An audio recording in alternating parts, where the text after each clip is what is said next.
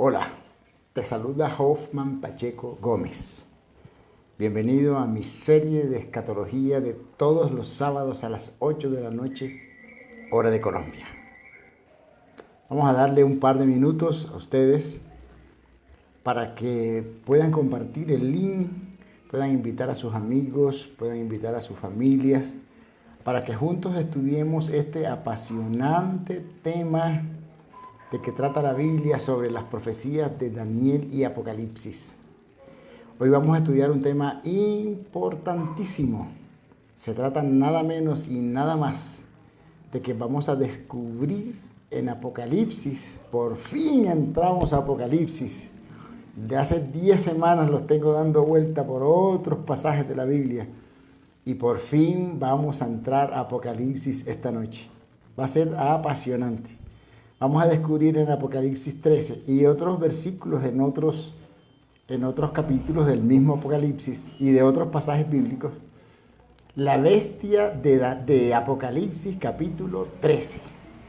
Vamos a descubrirla. Hoy no vamos a terminar el tema.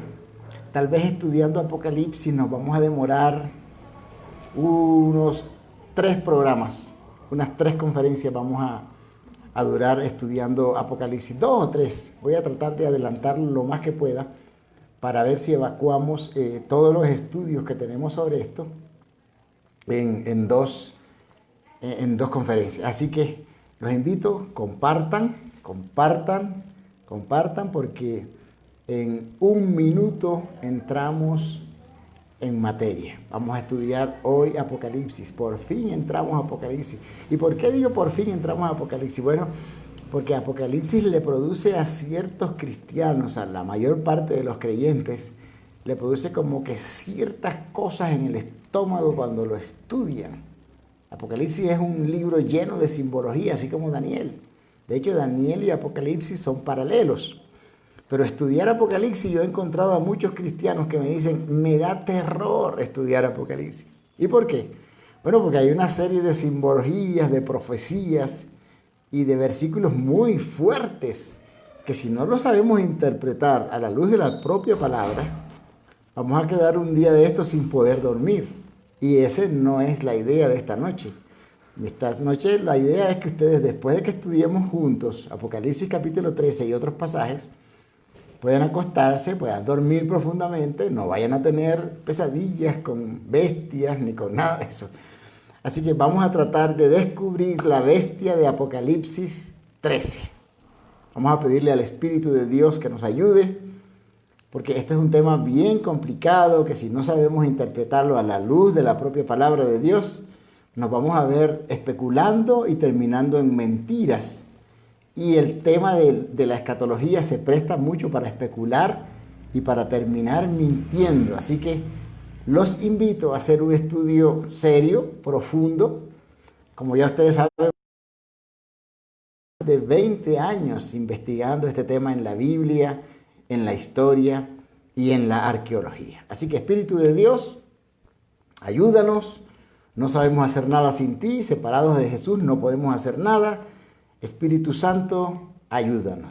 Haznos sabios, entendidos e inteligentes para poder comprender y explicar de la mejor manera posible tu palabra. Es tu palabra, no es mi palabra. Bienvenidos. Relájense ahí donde ustedes están, en su cama, están en un sofá.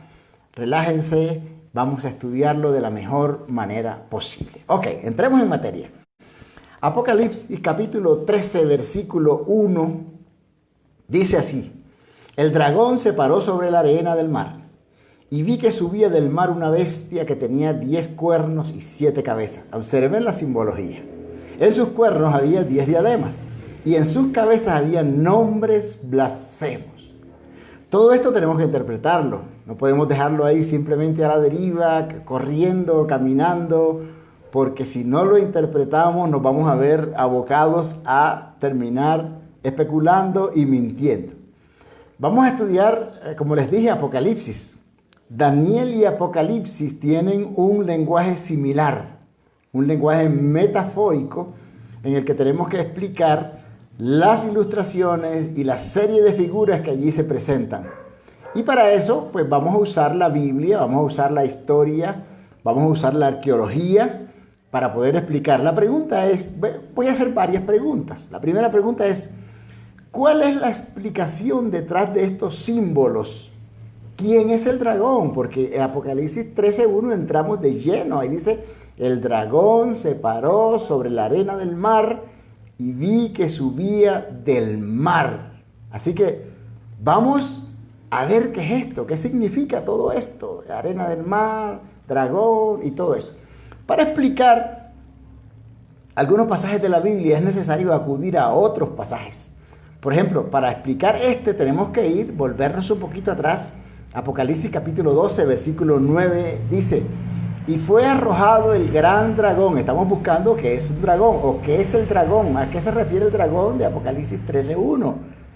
Fue arrojado el gran dragón, la serpiente antigua que se llama Diablo y Satanás.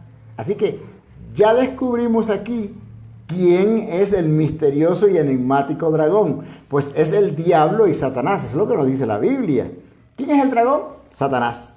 Ya tenemos identificado a este primer personaje en el lenguaje figurado de Apocalipsis. El dragón es la serpiente antigua llamada Diablo y Satanás. Pero vamos a otros pasajes para seguir interpretando, porque Apocalipsis 13 decía arena del mar, todo.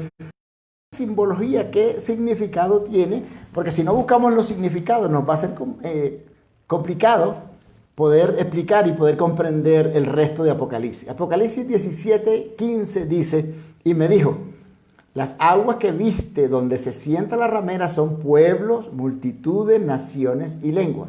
Así que el dragón se paró frente a la arena del mar, frente al mar. Eso quiere decir que aquí nos está identificando que las aguas son pueblos, son multitudes, son naciones y son lenguas. Así que son seres humanos. La simbología del agua ahí son seres humanos. ¿Qué significa el mar? Pueblos, multitudes o muchedumbres, naciones y lengua. La bestia es el instrumento detrás del cual Satanás se esconde para atormentar a los hijos de Dios, a los seguidores del Señor Jesucristo. Y él, esta serpiente antigua, usa otras cosas, así como el imperio romano. ¿Por qué se paró Satanás en la arena del mar? Es la pregunta. El 13, capítulo 13, es el resultado del capítulo 12. El capítulo 12 explica muchas de las simbologías del capítulo 13.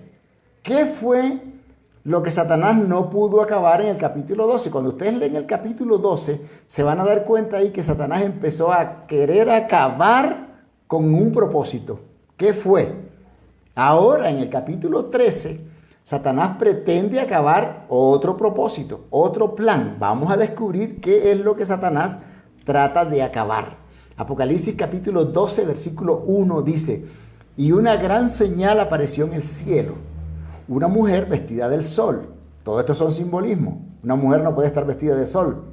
Con la luna de sus pies, mucho menos. Y una corona de 2 estrellas sobre su cabeza.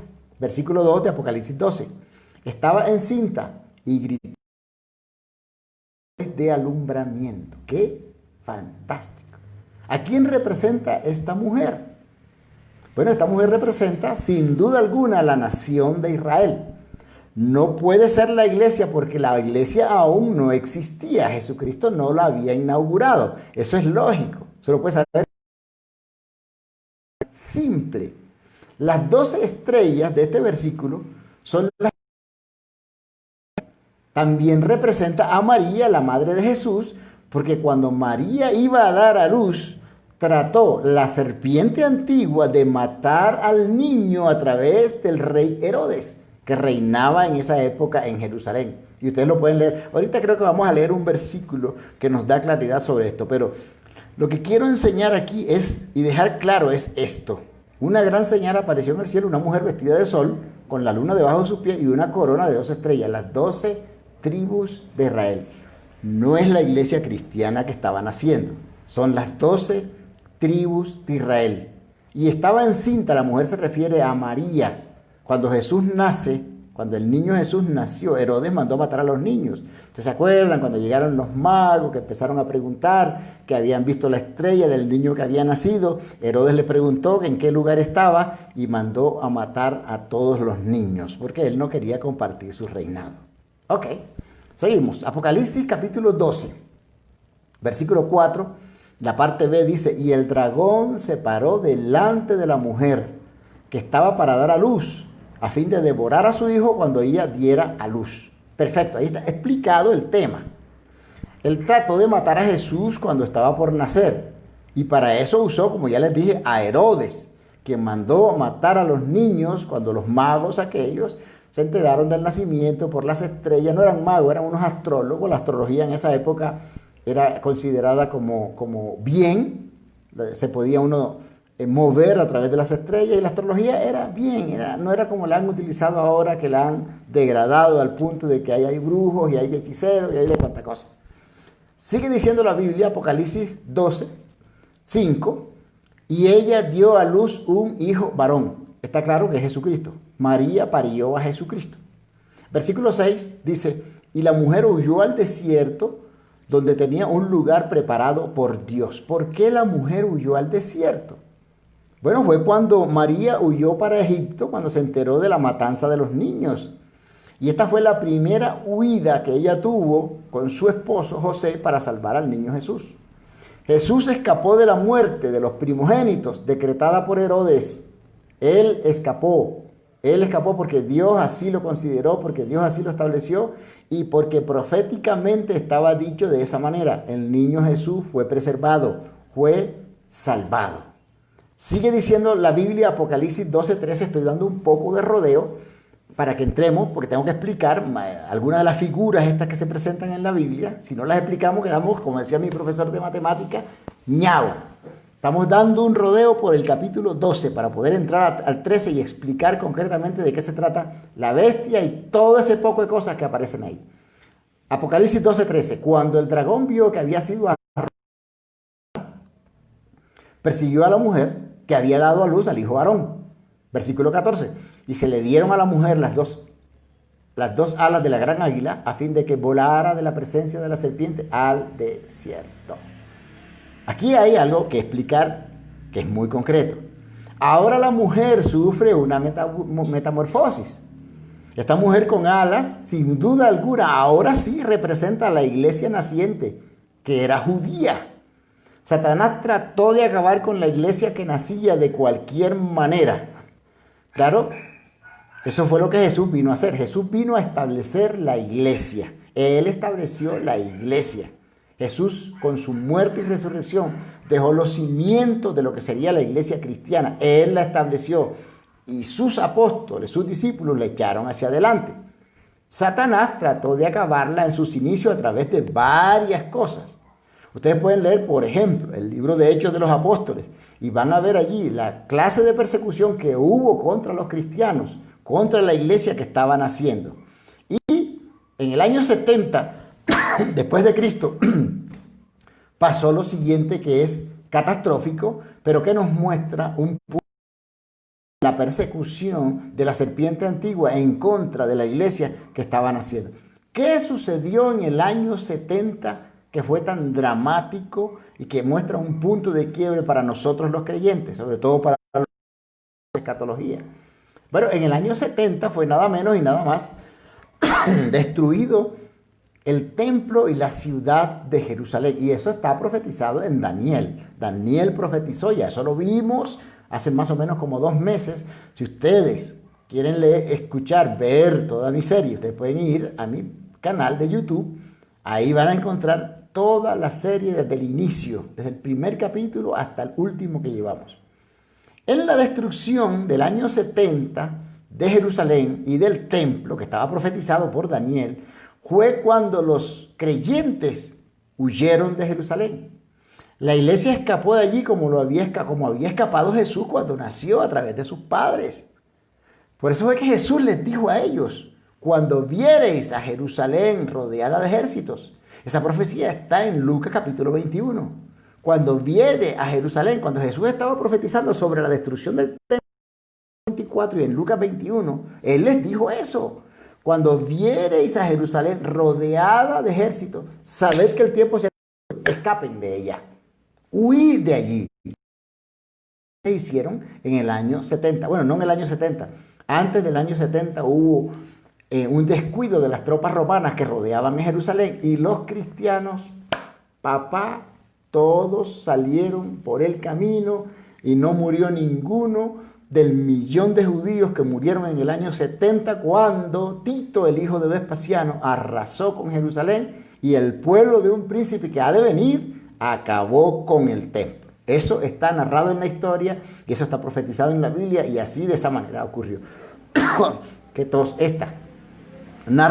Flavio Josefo narra los acontecimientos de la siguiente manera. En la primavera del 67, después de Cristo, dice: mientras tanto, Vespasiano condujo a su ejército afuera de Antioquía, donde se encontró con el rey Agripa y todo su ejército esperando reunirse con él, y marchó hacia Tolemaida. No es la base militar, es Tolemaida, una ciudad. El 26 de septiembre del año 70 después de Cristo, dice así, narra Flavio Josefo. Usted los puede encontrar en las obras esenciales de Flavio Josefo en la página 200 y la página 302. Ahí habla de eso, de la destrucción del templo en el año 70. Así, Jerusalén fue tomada el segundo año del reinado de Vespasiano. El 8º día de Gorpiaus había sido tomada 5 veces antes y ahora era destruida por segunda vez. ¿Por qué segunda vez? Bueno, porque la primera vez Nabucodonosor ya la había destruido en el año 605 antes de Cristo. Y ahora en el año 70 después de Cristo la destruye Tito y su ejército. Eso exactamente fue lo que pasó. Ahí, ¿y por qué vamos ahí? Porque tiene mucho que ver en la simbología de Apocalipsis. Pues vamos a Apocalipsis capítulo 12, versículo 17, otra vez. Entonces el dragón se enfureció contra la mujer y salió para hacer guerra contra el resto de la descendencia de ella, los que guardan los mandamientos de Dios y tienen el testimonio de Jesús. Ahora, ya esta mujer tiene descendencia. ¿Quiénes son los descendientes de esta mujer? No son los judíos, porque ellos no tienen el testimonio de Jesús. Ellos no creen en Jesús como el Mesías. No creen en Jesús como Salvador personal de sus vidas. No lo tienen el testimonio, así que no son los judíos. Somos nosotros, somos los creyentes, somos la descendencia. Los cristianos somos usted y yo, usted que cree en Cristo como Salvador personal. Los judíos son perseguidos porque Dios algún día los va a hacer mirar al cielo y desear que el Mesías venga. La primera venida para ellos será la segunda venida para nosotros. Y Él va a venir en segunda vez como lo esperan, como un guerrero. Y así lo estipula la Biblia. La pregunta es, ¿a quién usa Satanás para perseguir a la iglesia cristiana? Pues a la bestia. ¿Quién chorizo es la bestia? Nos importa saber quién es la bestia. Por lo menos hoy usted debe saber antes de irse a dormir quién es la bestia. No es el que está ni la que está a su lado. La bestia está aquí en Apocalipsis capítulo 13 y es lo que vamos a ver en los próximos minutos. Volvamos a Apocalipsis capítulo 13, versículo 1. Y ahora sí, vamos a explicar un poquito después de dar estas vueltas. El dragón se paró sobre la arena del mar. Ya sabemos quién es el dragón. Ya sabemos qué es la arena del mar. Y vi que subía del mar. Ya sabemos qué es el mar. Son pueblos, muchedumbres, naciones. Son personas, son seres humanos. Vi que subía del mar una bestia que tenía 10 cuernos y 7 cabezas, una bestia bien extraña. En sus cuernos habían 10 diademas y en sus cabezas habían nombres blasfemos. El versículo 2 dice en la parte B, y el dragón le dio su poder y su trono y gran autoridad. ¿A quién? A la bestia. El dragón usa a la bestia como un medio de persecución a Cristo y a sus descendientes. Y es lo que vamos a ver, quién es la bestia. Ya sabemos quién es el dragón. El dragón es la serpiente antigua que se llama Diablo y Satanás. ¿A quién persigue? A pueblos, muchedumbres, naciones, seres humanos. Sobre todo a quiénes? A los creyentes, a los que creemos en Cristo como Salvador personal. Sigamos adelante. Vamos a ver qué dice la historia. Los césares poderosos cayeron. Augustolo, Domitiano, Adriano, Diocletano, todos se fueron, hasta los Constantinos y los Julianos. Habían muerto. La sede del poder fue transferida a Constantinopla, ya yo expliqué eso. Los godos y los bárbaros derribaron el imperio occidental. La poderosa estructura política quedó hecha fragmentos desbaratados. El gobierno del imperio murió por mano de la espada gótica y los césares dejaron de existir y Roma en realidad quedó desolada. Ya yo les conté que cuando el imperio romano cayó, no cayó en manos de otro imperio como los 3 anteriores. Cayó en manos de 10 hordas bárbaras que se lo comieron por dentro. Así fue la destrucción del imperio romano como tal. Y cuando dice aquí que la capital fue mudada, sí, definitivamente fue mudada y dejado un hombre de Dios. Era un hombre de Dios en esa época, en Roma, cuando la sede de la capital política fue mudada a Constantinopla por Constantino, valga la redundancia. Constantino le puso Constantinopla a lo que hoy se llama Estambul. Estambul, sigamos. Después, escuchen bien de dónde surge todo esto. De la bestia que recibe el poder de Satanás, el dragón, la serpiente antigua que tiene ese nombre. Después se levantó poco a poco sobre las ruinas de la vieja Roma imperial otro poder y monarquía. Monarquía, todo eso lo hemos explicado. Una monarquía con aspiraciones aún más soberbias, proclamando el dominio sobre no solo los cuerpos de las personas, sino también, mira dónde llega esto, la conciencia y el alma de los hombres. Un dominio que no se limitaba a los confines del imperio caído, sino que se extendía más y más, hasta que durante la Edad Media toda la cristiandad estaba sometida a sus caprichos. ¿A los caprichos de quién? Bueno, de la bestia que vamos a encontrar, a la cual Satanás le da todo su poder, le da trono y le da todo lo que tiene. ¿Cuál es la heredera del imperio romano? La iglesia de Roma. Por eso se llama iglesia romana, apostólica y romana. La iglesia de Roma es la heredera del imperio romano. Yo les conté cómo surgió el cuerno pequeño de Daniel capítulo 7. Tuvo que destruir 3 cuernos de los 10 que Daniel vio en la cabeza de la bestia. Todo eso está ahí, búsquenlo. Ahí está en mi canal de YouTube.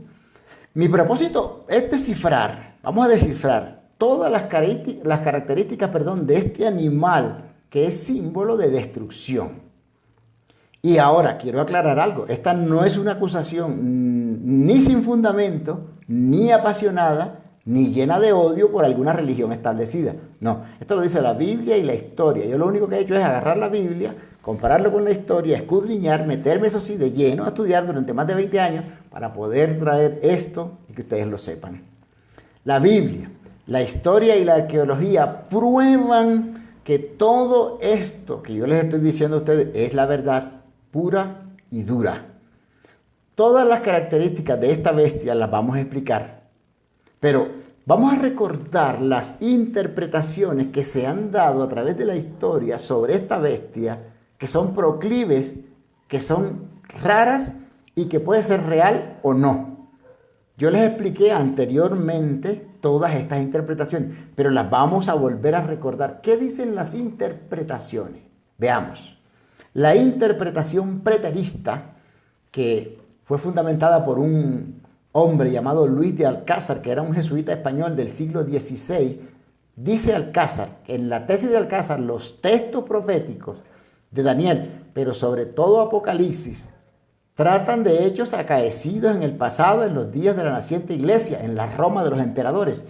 Ellos decían que esta bestia, el anticristo, era Nerón. Ellos catalogaron a Nerón como el anticristo. Y de ahí para acá, a través de la historia, han dicho que Arafat es el anticristo, han dicho que todo el mundo es el anticristo. Les ha tocado recoger libros, revistas, videos y de todo, en donde se han equivocado con respecto a que ellos no han sabido o han malinterpretado el anticristo. Vamos a ver qué sigue diciendo Francisco Rivera, que también fue un jesuita español del siglo XVI. Rivera, por el contrario, ¿a quién? A Alcázar. Lanza el cumplimiento de los textos proféticos de Daniel y Apocalipsis al lejano futuro, justo al momento que precederá al final de la historia. En eso es que anda la iglesia cristiana evangélica hoy en día. Toda la iglesia, el 99% de la iglesia cristiana evangélica es futurista. Todos están derechitos hacia el futurismo. ¿De dónde sale la interpretación futurista? Que hoy en día permea y está dándole por dentro al protestantismo del día de hoy. Por eso, entre otras cosas, fue que Martín Lutero clavó 95 protestas en la abadía de Westminster cuando protestó contra Roma y dijo: me convierto en un protestante. Usted y yo somos protestantes, pero el protestantismo ha sido permeado por el futurismo. Y yo se los voy a demostrar. Bueno, ya se los he demostrado. Hay otros capítulos en los que hablé de eso, pero vamos a seguir hablando del tema porque es lo que nos compete. ¿Qué dice la histórica protestante, la interpretación histórica? La iglesia romana se dio cuenta que tenía que fabricar una contrainterpretación porque si no lo hacía iba a perder la batalla, como dice la Enciclopedia Británica. La Enciclopedia Británica, no Hoffman Pacheco. Dice eso, debido a la tensión de los ataques de los protestantes, el papado empezó a enviar nuevas tácticas, en especial al jesuita Rivera, fundador de la Escuela de la Interpretación Futurista. ¿Dónde encuentras esto? En la Enciclopedia Británica, que fue la enciclopedia más importante del mundo antes de Wikipedia. Te lo puedes encontrar en el volumen 23, en la página 213, edición 11. Ahora, ¿ha estado la iglesia cristiana evangélica todo el tiempo en el asunto del futurismo? Es la pregunta. ¿Desde dónde se empezó a creer del futurismo? Que todos los acontecimientos acaecidos en Daniel y Apocalipsis sucederán justo antes de la segunda venida de nuestro Señor Jesucristo. Eso es lo que dice el futurismo. Pero sabemos que no es así. Pero creía el futurismo. Los padres de la iglesia, padres del protestantismo, ¿creyeron eso? Pues vamos a ver algunos conceptos de ellos. No nos quitamos absolutamente nada con saberlo y con estudiarlos. Francisco Rivera, hablando del hombre, Francisco Rivera nació en Salamanca, España, y publicó un documento de 500 páginas acerca de la relación entre Babilonia y el anticristo. Y lo hizo con el propósito de opacar la teoría protestante de que el papado es el anticristo. Todo, desde los primeros protestantes, los padres de la iglesia, empezando por Pablo y siguiendo con los discípulos, todos sabían, todos entendían que el anticristo se iba a configurar en un sistema religioso, y el cual hoy en día sabemos que es el sistema Vaticano papal. Vamos a seguir escudriñando esto. ¿Qué decían los protestantes? John Jewel fue uno de los intelectuales más grandes de la Reforma inglesa. Él vivió entre el 1522 y el 1571. Él enumeró algunos de los conceptos erróneos de la Iglesia Católica y los identificó con el anticristo. Es John Jewel, investiguenlo, ustedes lo pueden encontrar en internet cuando quieran. Por ejemplo, ¿qué dice el catolicismo? Que sería judío de la tribu de Dan, nacido en Babilonia o Siria, o que sería Mahoma, o que derrocaría Roma y luego volvería a construir Jerusalén. El más grande error del protestantismo radica en que ellos están esperando que el anticristo construya un cuarto templo en Jerusalén, donde ha existido un templo, donde todavía se conservan algunas ruinas. Por eso es que van ahí los judíos y se ponen a llorar en los muros de los lamentos. Ellos, el protestantismo, dice que el anticristo va a construir un templo y que durante 3 años y medio va a haber un tiempo de paz y felicidad y que va a ser un pacto con los judíos. Y que el pacto, romperá el pacto y allí se configurará lo que el futurismo llama como la gran tribulación. Hay una persecución feroz del anticristo en contra de los hijos de Dios. lo que dice. Y en eso está la iglesia cristiana evangélica creyendo. O que derrocaría Roma y luego volvería a construir Jerusalén. Lo que sigue diciendo John Jewell, estos cuentos han sido sabiamente diseñados para desviar nuestros ojos, para que mientras meditábamos sobre estas conjeturas y nos ocupamos en descubrir el rasgo del anticristo, el que es el anticristo en verdad, puede engañarnos sin nosotros darnos cuenta. Refiriéndose al papado, Pablo dijo que el anticristo no vendría aún y no va a venir aún. Vamos a leer la última cita de John Jewell, que nos compete hoy. El emperador desaparecerá y entonces vendrá el anticristo. El sistema de la apostasía continuará hasta que sea destruido cuando venga el Señor. Él no quiere decir, por lo tanto, que el anticristo será un hombre. Esto es lo que Pablo escribió en la segunda Tesalonicenses. Sino que será un gobierno, no es un ser humano, no es una persona, es un sistema, un gobierno o un reinado de hombres. Y el poder y la tiranía continúan aún hoy en la iglesia. Efectivamente, Francisco Rivera, fue un plan de Roma para contrarrestar a los protestantes. La pregunta es, ¿no será exagerado considerar el papado como la bestia? No, la misma pregunta se hacían los padres de la iglesia y los padres del protestantismo. Martín Lutero, toda esa gente se preguntó lo mismo. Yo creo que esto necesita más evidencias bíblicas históricas. Por lo pronto, vamos a ver lo que dice Apocalipsis capítulo 13. Vamos a seguir. Apocalipsis capítulo 13, volvemos al versículo 1. El dragón se paró sobre la arena del mar, y vi que subía del mar una bestia que tenía 10 cuernos y 7 cabezas y 7 diademas, y en sus cabezas había nombres blasfemos. Versículo 2. La bestia que vi era semejante a un leopardo. Sus pies eran como los de un oso, su boca como la de un león. Y el dragón le dio su poder, su trono y gran autoridad. Estas características de esta bestia permiten conocer más de lo que es su carácter. Dios quiere que relacionemos tanto a Daniel y Apocalipsis porque se complementan. Cuando Europa comenzó a unirse a los cristianos, cuando Europa comenzó a unirse, los cristianos comenzaron a alegrarse porque la venida de Cristo estaba cerca. Cualquier creyente que haya escudriñado la palabra, su deseo es todo esto que pasa con unidad, con unión, con paz, porque son los momentos adecuados en que Cristo volverá. Y los 10 cuernos de este reino son 10 reyes que se levantarán, dice Daniel. Y otro se levantará después de ello, Daniel 7:24. Y él será diferente de los anteriores. Esto fue lo que ya estudiamos. Los animales representan a cada imperio, son 4 imperios, ya los estudiamos. La bestia de Apocalipsis es una amalgamación de estos animales para descubrir al anticristo. El cuerno pequeño ya sabemos que es el imperio romano, que cayó en manos de 10 hordas bárbaras. Pero aquí los cuernos no interesan, son las características de la bestia después de la caída del imperio romano. Por eso es que el próximo sábado yo les voy a pedir a ustedes que estén conmigo a las 8 de la noche. Vamos a estudiar las características de la bestia y del cuerno. Ya nosotros estudiamos 10 características del cuerno pequeño de Daniel capítulo 7.